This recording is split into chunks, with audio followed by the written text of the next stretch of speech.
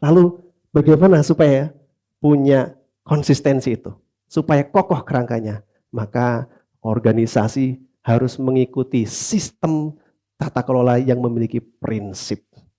Prinsip, kata kuncinya ada di prinsip.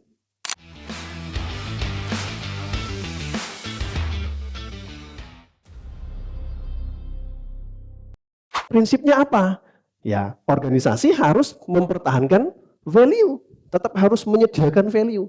Organisasi juga harus secara holistik memikirkan kira-kira caranya apa aja ya.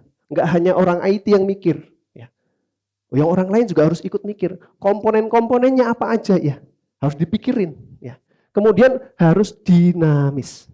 Harus dinamis. Sistemnya harus dinamis. Kenapa? Karena bisnisnya juga dinamis. Ya, perubahan-perubahan sering terjadi. Tahun pertama, tahun kedua, tahun ketiga beda gaya semua. Ya, maka gimana caranya organisasi dengan perubahan-perubahan itu tetap memiliki prinsip, tetap kokoh. Ya, yang menjadi karakter COVID adalah yang keempat ini, Bapak Ibu. Ya, yang governance distinct management. Tolong sadari. Ya, harus ada pihak yang mengarahkan dan harus ada pihak yang mengeksekusi. Biasanya nih Bapak Ibu, kendala terbesarnya adalah ada organisasi secara sistem tidak memisahkan siapa yang mengarahkan dan yang mengeksekusi. Ada bahasa Jawa yang sering diungkapkan, sopo usul macul, nah, begitu. Siapa yang mengusulkan harus bertanggung jawab. Nah itu kan repot itu. Nggak jalan itu organisasi. Kalau secara personal oke, mungkin bisa. Tapi ini yang ngurus banyak orang, customer-nya juga banyak, nggak bisa. Nanti bisa tumbang malahan. Maka secara organisasi, secara sistem harus dibentuk siapa yang mengarahkan dan siapa yang mengeksekusi. Maka nanti ada dewan pengarah, ada dewan eksekusi. Kira-kira begitu. Ada pihak yang mengeksekusi, manajemen ya. Kemudian tailored enterprise needs. Ya, bagaimana COVID bisa menjawab tantangan retail? Bagaimana COVID bisa menjawab tantangan rumah sakit? Bagaimana COVID bisa menjawab tantangan di pemerintahan? Ya, harus bisa disesuaikan. Maka COVID 2019 memberikan terobosan baru. Gimana caranya? Formula-formula pengelolaan IT, tata kelola IT itu bisa disesuaikan. Nanti ya, ada toolkitnya ya. Kita nanti bisa simulasikan toolkitnya bagaimana. Dan yang terakhir adalah end-to-end governance system ya. Digitalisasi ini tidak hanya membuat canggih divisi IT Bapak Ibu. Pada akhirnya yang canggih itu direksinya kan gitu. Yang dipandang direksinya. Yang dipandang adalah manajer salesnya ya. Yang punya pride pada akhirnya bagian operasionalnya, layanan pemerintahnya, sampai kemudian membentuk bahwa ini organisasi sudah menjadi digital company. Wah, kami bukan digital company, Pak. Betul, tapi di dalamnya udah banyak sekali platform digital. Kasihan ya, kita udah keluarin banyak uang, tapi kok nggak kerasa digitalisasinya. Maka harus dibuat bagaimana cara tersistem, terorganisir, ya. Digitalisasi itu masuk ke dalam organisasi dengan kesadaran, ya, dan tersistem. Nah, maka harus end to end dari ujung ke ujung, semua lini kena, nah, gitu ya. Jadi nggak hanya IT-nya yang canggih, tapi nanti bagian lain juga ikut canggih, ya, ikut digital. Ya, ada pertanyaan biasanya, Pak, kami sudah menggunakan framework A, kami menerapkan ISO, security governance, kami menerapkan service management, kami menerapkan macam-macam. Ya, bagaimana COVID menanggapi itu? Ya, bagaimana bisa? Boleh kita integrasikan, tapi COVID ngasih tahu, Pak. Pastikan ya ada konsepnya, tidak hanya buatan yang tidak memiliki konsep.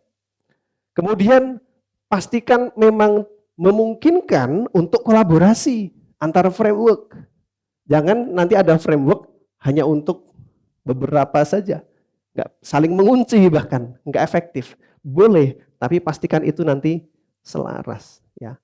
Kemudian yang paling penting adalah selaras dengan standar mayority. Dan biasanya yang kita sebut sebagai mayority standard itu adalah ISO. Ya, Bapak dan Ibu mungkin sudah ada organisasi yang menerapkan ISO 9000, ya, ISO 20000, ISO 27000 dan berbagai macam ISO yang lain. Ya, maka COVID ya menangkap itu, ada standar, framework, termasuk input COVID 5 sebelumnya, supaya masuk jadi COVID Core, ya, inti, dan nanti memungkinkan ya dengan faktor-faktor tertentu, ya penyesuaian-penyesuaian tertentu, kita memiliki sistem yang disesuaikan. Sehingga COVID mengklaim dalam hal ini, bisa loh COVID masuk di retail, bisa masuk di pemerintahan, bisa masuk di industri manufaktur, bisa masuk di pendidikan dan sebagainya. Saya mulai dari COVID Core ya, atau inti dari COVID itu apa? Inti dari COVID adalah mekanisme tersistem. Ya, mekanisme tersistem. Supaya pemanfaatan teknologi informasi itu satu, terevaluasi, dua, terarah, dan tiga, terawasi. Itu aja. Kalau di bahasa Indonesia kan kira-kira begitu. Terevaluasi, terarahkan, terawasi.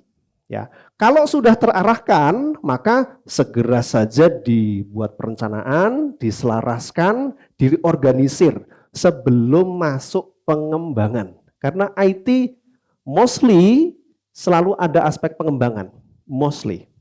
Kok kayaknya nggak ada ya, IT tiba-tiba langsung ada begitu. Ya. Pasti ada aspek pengembangannya. Kalau ternyata ada langsung running begitu ya, ya. Kok kayaknya suatu keajaiban? Enggak lah, pasti ada aspek perencanaan, kemudian pengembangan. Ya, bahkan menggunakan AI, menggunakan Google, kan kita sebetulnya pakai teknologi informasi ya. Tapi kalau tidak ada rencana ini buat apa, bias nanti. Sama seperti, mohon maaf ya, kalau yang sudah punya anak di rumah, nyetelin smart TV begitu ya, ada fitur YouTube begitu kan. Waktu mau beli, rencananya buat nonton edukasi anaknya.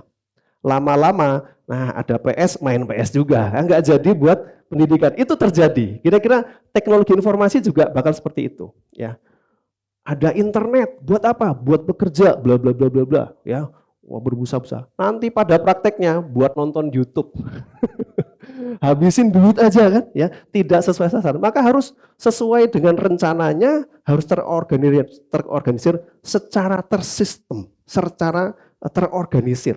Untuk nanti dikembangkan, nanti dioperasikan kalau udah jadi ya. Dan ini yang menarik ya, dan banyak tidak menyadari biasanya kalau staf-staf IT diawasi. Nah, bahkan pengawasannya dua layer, dua lapis. Ada pengawasan internal dan ada pengawasan kepatuhan terhadap arahan. Nah, ini kerangka COVID. Supaya kita secara tersistem ini organisasi betul-betul bisa masuk. Di dalamnya ada apa aja Bapak dan Ibu? Ya, EDM dari yang 5 tadi, udah saya sebutkan di awal tadi. Ya, ada benefit delivery, ya, risk optimization, resource optimization. Kemudian di kerangkeng atau dijaga dua hal, yaitu framework dan juga engagement. Ini masuk ke dalam sistem, harus main. Kan gitu. Kemudian di penyelarasan perencanaan organisir APO ya, ada framework juga di sini. Jadi manage an IT INT ya, informasi dan teknologi, tidak langsung IT tapi sebetulnya informasi dan teknologi ini dikelola. Kemudian ada strategi yang mungkin nggak kepikiran, oh iya kita harus pakai strategi ya, harus dimainkan strateginya. Kemudian enterprise arsitektur, ya, inovasi, portfolio, budget cost, dan seterusnya. Bapak dan Ibu silahkan bisa lihat melalui Excel itu, klik, maksudnya apa? Maksud COVID kok menetapkan ini sebagai suatu sasaran, ya, sesuatu yang harus dikejar, itu apa? Ya, silakan nanti bisa diperiksa. Intinya adalah perencanaan. Intinya harus matang. Jangan sampai perencanaannya tidak matang. matang. Sekali perencanaannya diabaikan, biasanya implementasinya gagal, pengembangan IT-nya gagal, operasionalnya compang-camping, dan mungkin malah tidak diawasi. Nah, ini repot nih. Ya. Bapak dan Ibu bisa mendapati kerepotan. Kalau sampai perencanaan nggak matang, biasanya nanti implementasinya mudah gagal, gampang gagal, ya, bukan langsung gagal ya, tapi gampang menjadi gagal. Kemudian operasionalnya compang-camping, ada aja insiden, ya. Kemudian pengawasannya juga hanya formalitas, ya. Mungkin bahkan tidak diawasi, ya. Banyak juga seperti itu, ya. Kemudian kalau sudah direncanakan ya harus dikembangin. Ya, ada aspek-aspek yang kita secara personal nggak ngerti apa yang harus diawasi selama pengembangan. Ya. Maka organisasilah yang harus memikirkan secara tersistem sehingga orang-orang itu bisa memastikan programnya jalan. Ya. Kemudian requirement-nya jelas, ya, jangan salah requirement. Kemudian solusinya bisa dikembangin, ya, sampai nanti ketika mengembangkan itu ada aspek availability-nya cukup apa enggak untuk 5 tahun, ya. Karena kadang-kadang enggak kepikir juga tuh, ya, apalagi kapasitas. Banyak ya kejadian-kejadian pembelian server gitu ya. Ternyata hanya untuk 3 tahun, enggak bisa sampai 5 tahun, nambah kapasitas lagi. Ketika IT-nya mau bilang, "Pak, mau habis." Lah kok enggak kemarin ngomong-ngomong, kok enggak diprediksi bahwa baru 3 tahun habis kan gitu. Nah, ini perlu dipikirkan. Yang paling riskan adalah pergantian orang, BAI 5. COVID memberi concern penting di sini, ya. Ada beberapa perubahan sebetulnya, perubahan organisasi, perubahan IT, dan juga perubahan ketika transisi. Ini menjadi concern COVID. Karena ibarat bawa mobil ya bukan mobil Brio. Ini udah tronton, kan begitu ya. Enterprise itu tronton, bukan mobil Brio. Kalau udah tronton, yang harus diawasi itu banyak. Jangan sampai kesalahan kecil mengakibatkan kecelakaan. Kecelakaannya besar. Kalau mobil Brio, ban bocor, ya misalnya begitu ya. Kecelakaannya relatif lebih kecil dibandingkan tronton ban bocor. Pasti itu. Ya. Apalagi sampai supirnya ngantuk. Dampaknya tentu lebih besar kalau tronton. Enterprise, kan seperti itu. Maka perlu dipikirkan nih selama pengembangan apa aja yang harus bagus, ya. Organizational change, perubahan orang itu harus mulus, ya. Perubahan teknologi harus mulus, ya. Transisi itu dipikirin, dipisahkan dari change. Perubahan hal sendiri, transisi itu hal sendiri juga. Sampai sedetail itu COVID memikirkan, ya. Kemudian knowledge, nah ini biasanya kaitannya dengan transfer knowledge di SDM pengembangan. Ya, pengembangan aplikasi, pengembangan infrastruktur, pengembangan program tertentu, gitu ya. Ketika ada ganti orang, biasanya knowledge-nya juga ke bawah. Nah, COVID memastikan ada nggak ini isu-isu di organisasi kalau ganti orang pengetahuannya bablas. COVID memberi concern. Ya. Kemudian menarik ya, aset, hampir semua orang, hampir semua organisasi mikirin aset. Ya, biasanya sih kalau aset aman. Tetapi kaitannya dengan teknologi informasi, organisasi banyak yang miss. Contohnya apa Bapak Ibu? Ketika bikin aplikasi, aplikasinya di tagging nggak Bapak Ibu? Ketika bikin VM, virtual mesin baru misalnya, di tagging nggak itu VM? Padahal itu core-nya layanan. Kalau nggak di tagging sebagai suatu aset, nggak akan dilindungi Bapak Ibu. Tidak akan dipikirkan. COVID concern ke situ. Ini aset penting ini. Ada penambahan aset. Sehingga kalau kita ngomongin pengembangan aplikasi ya di organisasi, barangkali setiap bulan itu nambah aset.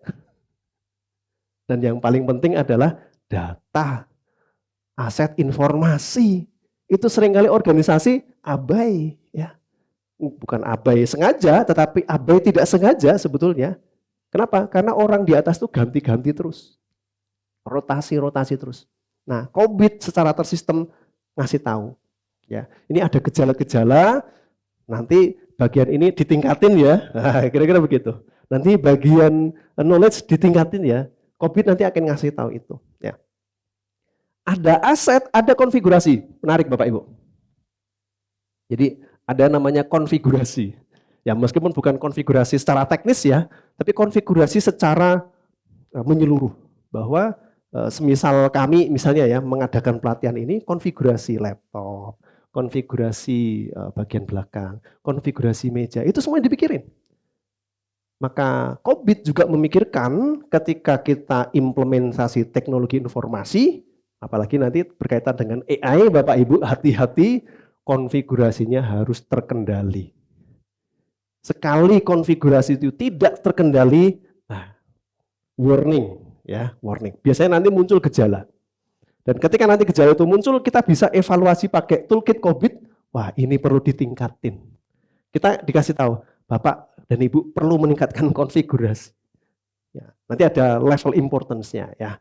Kemudian ada yang terakhir adalah project ya. Ya ini dulu kalau di Qobit 5 ya, project sama program itu jadi satu. Di Qobit 2019 karena memungkinkan agility ya, memungkinkan fleksibilitas, maka dipisah. Project program sendiri, project sendiri. Kemudian ya kalau sudah dikembangin tinggal dioperasikan toh. Tapi bukan berarti kalau pas operasional itu aman-aman saja. Ada aja ya. Ada aja yang bermasalah ya. Maka concern-nya Qobit ketika operation itu harus dijaga ya. Ketika ada insiden dan permintaan aneh-aneh itu harus dijaga. Ketika ada problem harus dijaga. Termasuk dalam hal ini adalah aspek keberlanjutan. Continuity. Seandainya lisensi mati, ya, lisensinya habis, ya, apa yang bisa dipikirkan oleh IT supaya nyala lagi? Pasti pikirannya ya jawab harus beli lisensi baru. Nah kalau bukan nggak pakai lisensi, ngembangin sendiri misalnya, bikin sistem sendiri, in-house production misalnya begitu, nggak ada lisensinya, mati juga. Gimana? Nggak bisa. Maka Qobit memikirkan, tolong aspek keberlanjutannya juga dipikirkan. Kalau IT-nya nggak bisa menjaga keberlanjutan, itu dampaknya langsung ke bisnis. Ya, sehingga toolkit yang nanti akan kita gunakan akan mendeteksi Bapak Ibu. Ya, Bapak dan Ibu punya kesakitan, punya masalah di sini apa enggak. Ya. Jadi itu perlu dipikirkan. Kemudian security service itu juga penting ya. Layanan keamanan karena apa? Staff, user kadang-kadang juga nggak concern terhadap keselamatan dirinya. Maka IT juga memikirkan bahwa keamanan harus dilayani juga. Ya. Kemudian ya ada business process control harus terkendali business prosesnya. Dan ini yang terakhir ya tentang monitoring internal ya, performance conformance, internal control, compliance terhadap external requirement ya, kepatuhan regulasi dan sebagainya. Dan juga jaminan ya, melakukan penjaminan. Jumlahnya ada berapa total Bapak Ibu? Kalau dihitung jumlahnya ada berapa total? Ya, 40 ya. Ada 40. Banyak ya. Pak, ini nanti semuanya dipikirin, Pak. Bisa ya, bisa tidak, ya. Sesuai dengan organisasi masing-masing ada sakitnya di situ apa enggak? Bisa jadi di BAI 2 udah aman, tapi enggak aman di DSS 0, DSS 1 misalnya, bisa jadi ya. Sehingga bisa berbeda-beda. Yang jelas kalau tadi analoginya adalah kontrol kesehatan ya. Ini dari 40-nya ini kira-kira ya diet. Jawabannya adalah diet. Pertanyaannya begini sekarang ya. Dietnya organisasi Bapak dan Ibu sekarang pakai apa untuk memastikan IT itu tetap bagus? Dietnya pakai apa?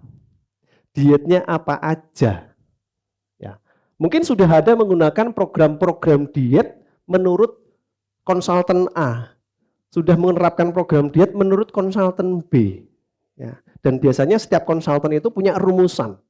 Dan biasanya rumusannya mengacu kepada ISO 27001, ISO 20000, ya, PMBOK, PRINCE, ya, IDAL, dan lain sebagainya. Ya. Nah, di kesempatan saat ini saya pengen keterlibatan Bapak Ibu ya menjawab dua pertanyaan ini. Ya, baik yang offline ataupun yang online. Yang pertama, apakah organisasi Anda menggunakan program diet tertentu? Ya, nanti dijawab ya, yes or no. Kemudian framework apa yang pernah digunakan sebagai program dietnya organisasi? Inixindo Jogja.